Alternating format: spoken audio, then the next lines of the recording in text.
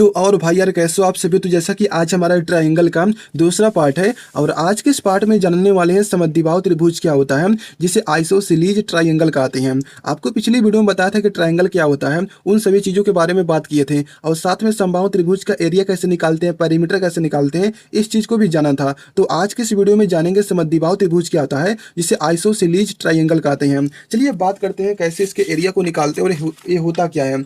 जैसे आपके पास कोई ऐसा ट्रायंगल है कि उसका जो दो साइड है ना वो आपस में बराबर है।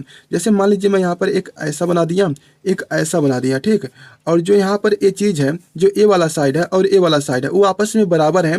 मैं इसका नाम दे देता हूँ, ए है, इसका नाम बी है, इसका नाम सी है। तो यहाँ पर देखेंगे जो ए बी है ना, वो क्या है, बराबर है बी सी के, ठीक, बी सी के बराबर है। तो ये हमारा क्या है, ए साइड बराबर है, तो वो हमारा होता है समद्विबाहु त्रिभुज होता है, यानी कि उसे कहते हैं आइसोसेलेस ट्रायंगल कहते हैं। तो ये हमारा क्या, आइसोसेलेस ट्रायंगल है।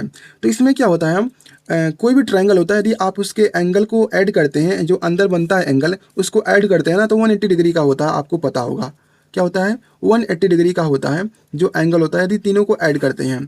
तो यहाँ पर देखिए ये दोनों क्या है, साइड आपस में बराबर है। तो इनका जो साइड होगा ना, इस साइड का जो यहाँ पे एंगल होगा, जितना ए एंगल होगा जितना उतना ही एंगल ए भी होगा। जरूर है कि एक कोने कोने पर ही हो। अगर मान लीजिए आपके पास ऐसा कोई ट्रायंगल बना हुआ है कि ए वाला साइड और ए वाला साइड क्या आपस में बराबर है, तो अगर ऐसा बना हुआ है, ए बराबर नहीं है, ठीक। तो जो ए वाला साइड है, ए आपस में और ए आपस में बराबर है, तो इसके सामने कौन सा एंगल है, तो आप बोलेंगे ए एंगल है। इसके सामने कौन सा एंगल है, ए वाला एंगल है। तो ये दोनों आपस में बराबर होंगे, ए वाला अलग होगा। तो ए वाला और ए वाला बराबर है, तो इसके सामने ए वाला एंगल है, इसके सामने ए वाला एंगल है, तो ये दोनों आपस में बराबर रहेंगे। तो इतना समझ गए क्या होता है, जो समद्विबाहु त्रिभुज होता है उसमें दो साइड आपस में बराबर होते हैं और टू एंगल बराबर होता है। इतना समझ गए। अब चलिए बात करते हैं पेरीमीटर कैसे निकालते हैं। जैसे मान लीजिए अगर इस ए हमारा ए है तो ए भी ए ही होगा, लेकिन ए हमारा ए नहीं होगा, ये मान लीजिए बी है। ए सेंटीमीटर है, ए सेंटीमीटर है और ये मान लीजिए 20 सेंटीमीटर है। तो परिमाप कैसे निकालते हैं, जिसे पेरीमीटर कहते हैं। क्या कहते हैं, परिमाप क्या होता है, परिमाप ये होता है कि आप ना सभी साइड को आपस में ऐड कर दीजिए। जैसे ए प्लस में ए हो गया, प्लस में बी हो गया, तो आप देखेंगे यहाँ पे 2a हो जाएगा, प्लस में बी हो जाएगा। यही क्या है, समद्विबाहु त्रिभुज का परिमाप होता है। ये क्या है, पेरीमीटर है समद्विबाहु त्रिभुज का। तो इससे एक हमारा फार्मूला यहाँ से निकल चुका है। और दूसरा होता है एरिया। किसी भी ट्रायंगल का यदि आपको एरिया निकालना है तो क्या होता है, जैसे त्रिभुज का जो एरिया होता है वो क्या होता है, 1/2 आधार गुणे में होता है ऊंचाई। क्या होता है, आधार गुणे में होता है ऊंचाई। लेकिन आप यहाँ पर देखेंगे जो हमारे पास यहाँ पर ट्रायंगल है, इसका ऊंचाई नहीं पता है। ऊंचाई हमारा ए नहीं है, ऊंचाई तो ए ही है, लेकिन आप देखेंगे ए हमारा ऊंचाई नहीं है। जो हमारा ए सेंटीमीटर है, ए इसका ऊंचाई नहीं है। ऊंचाई हमारा यहाँ से होता, अगर इस तरह से कोई लाइन रहा होता, अगर हमको ए हाइट पता होता तो वही हमारा क्या होता, उसका ऊंचाई होता। तो मान लीजिए ए एच है, एच सेंटीमीटर है, तो हमको यहाँ पे ऊंचाई पता चल चुका है। तो ठीक, तो ऊंचाई हम कैसे निकालेंगे, हमारा एच है, अभी ऊंचाई हमको नहीं पता चल चुका है। ऊंचाई कैसे पता चलेगा, एक होता है पाइथागोरस प्रमेय। ये तो हमने एच माना है ना, एच ऊंचाई नहीं है, मैंने माना है कि एच है, तो इसकी ऊंचाई कैसे निकलेगा। तो आप क्या करेंगे, पाइथागोरस प्रमेय लगाएंगे। पाइथागोरस प्रमेय क्या होता है, पाइथागोरस थ्योरम, ठीक। पाइथागोरस थ्योरम क्या होता है, यदि आप कर्ण का स्क्वायर करते हैं, ठीक, कर्ण का स्क्वायर करते हैं तो ये बराबर होता है आधार का स्क्वायर होता है, प्लस में क्या होता है, लंब का स्क्वायर होता है। तो आधार यानी कर्ण क्या है, जो सबसे लंबी भुजा होती है। आप इस ट्रायंगल को देखिए, यहाँ पर जो ये ट्रायंगल बना हुआ है, यहाँ पर देखिए सबसे बड़ी भुजा क्या है, तो आप बोलेंगे ए है, तो यही होता है कर्ण। इसका स्क्वायर कर देंगे यानी कि ए का स्क्वायर। आधार क्या होता है, जो नीचे वाला हिस्सा होता है, ये कितना है, यहाँ से पूरा बी है, तो ये कितना हो जाएगा, हाफ है ना इसका, तो b/2 हो जाएगा। तो आधार कितना है, b/2 है, इसका स्क्वायर कर देंगे। लंब कितना है, तो आप बोलेंगे एच का स्क्वायर कर देंगे। इसको सॉल्व करते हैं, हमको एच चाहिए तो इसको हम इधर भेज देते हैं, तो क्या हो जाएगा हमारा, ए स्क्वायर हो जाएगा। जब इसको इधर भेजेंगे तो माइनस का b/2 आ जाएगा। इसी को सॉल्व कर देते हैं, जब इसको इधर ले आएंगे तो क्या हो जाएगा, तो आप बोलेंगे ए रूट में आ जाएगा, यानी कि ए स्क्वायर माइनस में b/2 हो जाएगा। ए हमारे पास आ चुका है। हमको एच यहाँ से निकला है, जो इसकी ऊंचाई है ना, ए है, इतना है। इसकी ऊंचाई जो निकला है यहाँ पे ए निकला हुआ है। तो अब क्या करते हैं हम, अब हमको ये तीनों चीज़ पता है। 1/2 हो गया, आधार कितना है, तो आप बोलेंगे b है।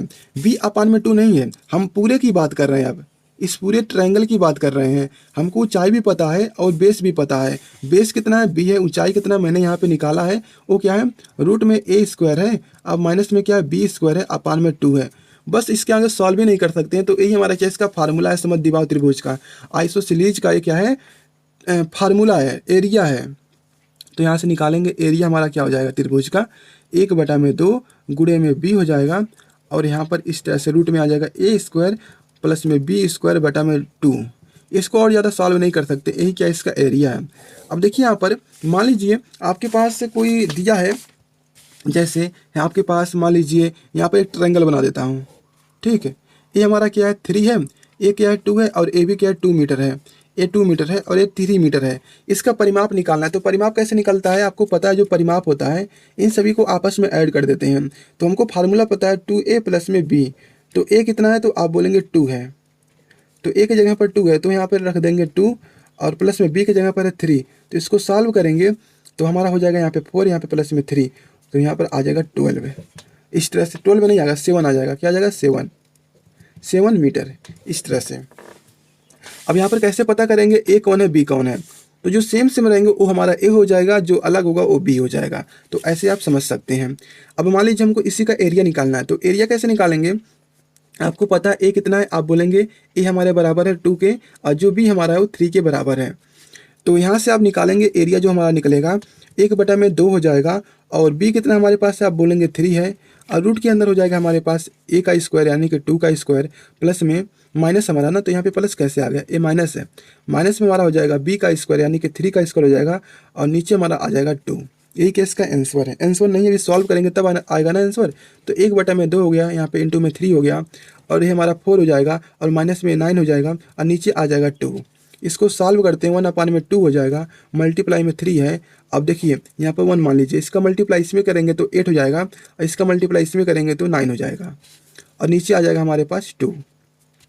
अब इसको सॉल्व करते हैं तो 1/2 इंटू में 3 हो जाएगा, और यहाँ पर आ जाएगा रूट में -1 आ जाएगा, और अपान में 2। देखिए रूट में -1 आ गया ना, तो इसका मतलब कि हमने अपनी मर्जी से इसको एग्जाम्पल ले लिया, लेकिन जब आप सॉल्व करेंगे तो -1 नहीं आएगा अंदर, ठीक, और रूट से नंबर भी बाहर आ जाएगा, ऐसा कुछ नंबर रहेगा।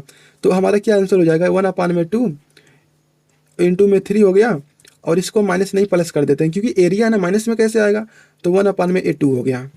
तो ये हमारा हो जाएगा मीटर स्क्वायर, क्योंकि एरिया जो होता है स्क्वायर में होता है। तो यहाँ पर इसको लिखना चाहूँ तो 3/2 हो जाएगा, और रूट में आ जाएगा 1/2, इस तरह से आंसर मीटर स्क्वायर। तो इस तरह से करते हैं। आपके पास कोई भी ट्रायंगल दिया है, यदि आपके पास तीनों साइड पता है तो आप इस तरह से निकाल सकते हैं। आपके पास फार्मूला है, ऐसे निकाल सकते हैं, और परिमाप भी निकाल सकते हैं। तो इसमें ज़्यादा कुछ समझाने वाली बात नहीं है, बस आप पता कीजिए ए कौन है बी कौन है। ये हमारा ओ होगा जिसके दोनों साइड आपस में बराबर होंगे, और 3 हमारा ओ होगा, अलग होगा, वो हमारा बेस बन जाएगा। तो इस तरह से हमारे पास है। तो आपको वीडियो कैसा लगा कमेंट बताइएगा। तो मिलते हैं अगली वीडियो में, और क्वेश्चन को भी जानेंगे, लेकिन नेक्स्ट वीडियो में जब आप सभी ट्रायंगल को जान चुके होंगे तब।